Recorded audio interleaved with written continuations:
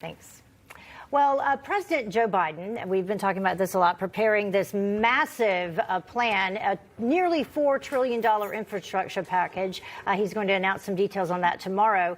And along with it, a proposed $3 trillion tax hike. Well, our next guest says that the Democrats and President Biden are using this massive infrastructure package as a Trojan horse to usher in their radical socialist agenda, calling it actually the biggest federal power grab since Lyndon B. Johnson. Joining us to discuss, research fellow at the Heritage Foundation, Joel Griffith. Joel, thank you so much for joining us. These are some really big numbers, but perhaps we're hearing such large numbers so often from this administration, they're thinking that we're going to get used to them. Right. I think that's exactly what's going on, and thanks for having me. This package, we don't have the details of yet, but it looks as if it's going to be through $3 trillion plus.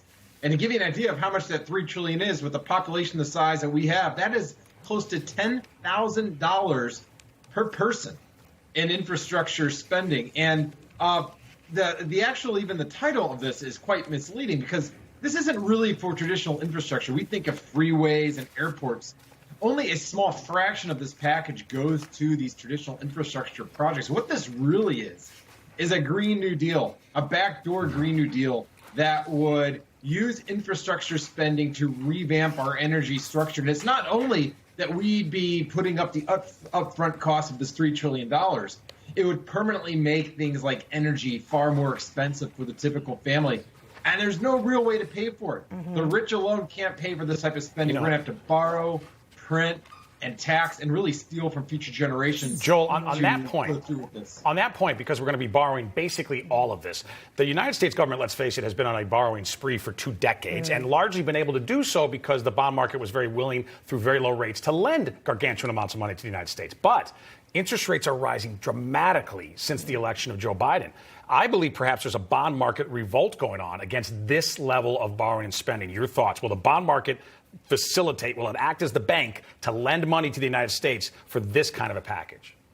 Well, you're right. This is a very real danger. We have close to $30 trillion in debt, which is an amount that actually surpasses what we produce in a given year. And as you see interest rates rise, every percentage point increase on $30 trillion, you're talking about hundreds of billions of dollars. You're talking about $1,000 per person a year as you see these interest rates rising by percentage point.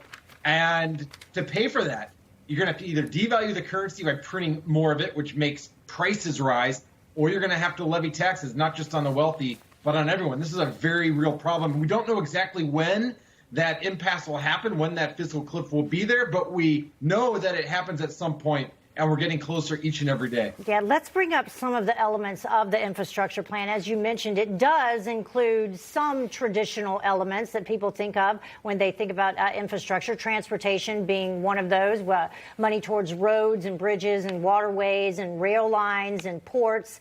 And then in terms of paying for it, though, some of the things they're talking about, taxes and subsidies in the infrastructure bill, include a hit on child care tax credits, expanding subsidies for low and middle income to buy health insurance, tax credits aimed at cutting poverty, and incentives for energy efficiency. And some of this is what will increase the plan from the, $3 trillion that they're talking about upwards towards $4 trillion.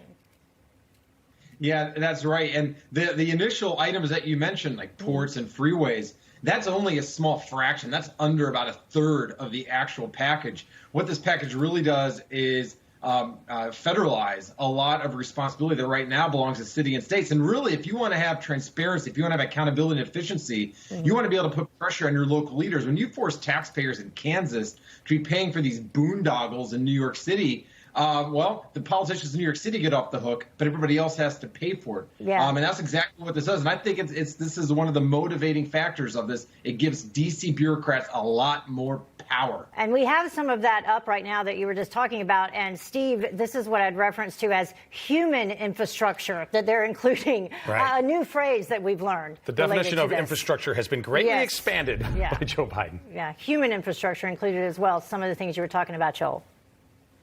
Yes, it's very Orwellian because they know when people hear infrastructure, we think, how can we get from Cincinnati to Indianapolis on the freeway faster? We're not thinking of free college for all or free childcare, all of these goodies, and they never tell us how they're going to pay for it. You add up all these promises that were made during the election that now it seems as if President Biden might be trying to keep. The problem is there's not a way to pay for it. At Heritage, we actually added up all those promises and then added up all the income that people in the so-called upper class make of $200,000 a year plus. And guess what? Confiscating all their money does not pay for all of these new programs. You'd have to have a payroll tax like they have in France, which is 50% plus to actually pay for this type of a welfare safety. 50% plus, just to repeat what you said. Joel, thank you so much for joining us. We appreciate it. Thanks for having me. Thanks for watching the Heritage Foundation's YouTube channel. With more than 500,000 members, we are the nation's largest conservative research and education institution. We believe the principles and ideas of the American founding are worth conserving and renewing. Please help us further our mission by subscribing to this channel and sharing our videos with your family and friends.